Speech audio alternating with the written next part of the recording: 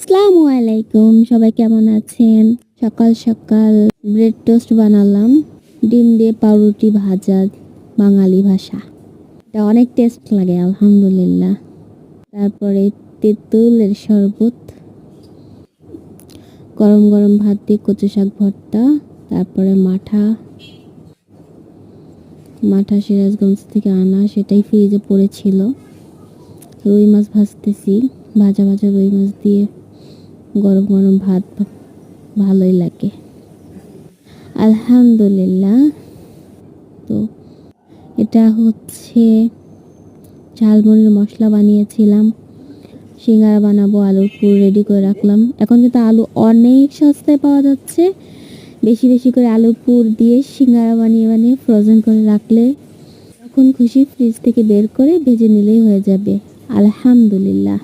সিঙ্গারার এই ডোটা মথে নিছি, এটা মথতে যে কি কষ্ট আল্লাহ। যাই হোক, সিঙ্গারার পুর ভরে সিঙ্গারাগুলো এখন রেডি করে নিব। কিছু ফ্রোজেন করব, কিছু ভেজে নিব, কারণ আমার আব্বু আম্মা আমার হাতে সিঙ্গারা খুব বেশি পছন্দ করে। যেহেতু আমরা সিঙ্গারা কিনে খাই না, বেশিরভাগ জিনিসই আমরা বাসায় বানাইয়ে খাই, আর বাসার জিনিস স্বাস্থ্যের জন্য খুব বেশি ভালো, তাই না? আলহামদুলিল্লাহ, আমার সিঙ্গারাগুলো আসলে ফিল আপ করা রেডি। তো বাঁকা হোক, তবুও আমার অত পারফেক্ট হওয়ার কোনো দরকারই নেই, খাইলেই হইল আর কি। সুজির হালুয়া বানিয়েছিলাম। আমার বোনের সুজির বরফির হালুয়াটা খুব বেশি পছন্দ, তো এই সুজির বরফির হালুয়া বানিয়েছি।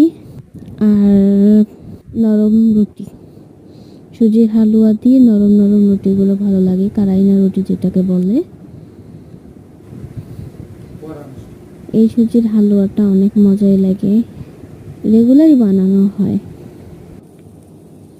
সিঙ্গারা এখন ভাজতে চলে আসছি। পরের দিন সকালবেলা সিঙ্গারা ভাজতেছি, মানে আজকে ভাজছি, কালকে ভিডিওটা ছিল, এটা আজকে ভিডিও। সিঙ্গারা একদম লো হিটে ভাজতে হয়, সময় নিয়ে। এগুলো সবগুলো বরফ শক্ত জিপলক ব্যাগে ভরে ফ্রিজে রেখে দিব, ডিপ ফ্রিজে ফ্রোজেন করতে হয়। তো শুধু একাই খাই না, আলহামদুলিল্লাহ, ভাজার পর আত্মীয় স্বজন প্রতিবেশীকে দিয়েই খাই। তো এক বাটি ভাবলাম যে বাড়িওয়ালা মামিকে দিয়ে আসি, এক বাটি দিয়ে আসলাম। তারাও খেয়ে বলছে ভালোই হয়েছে আলহামদুলিল্লাহ।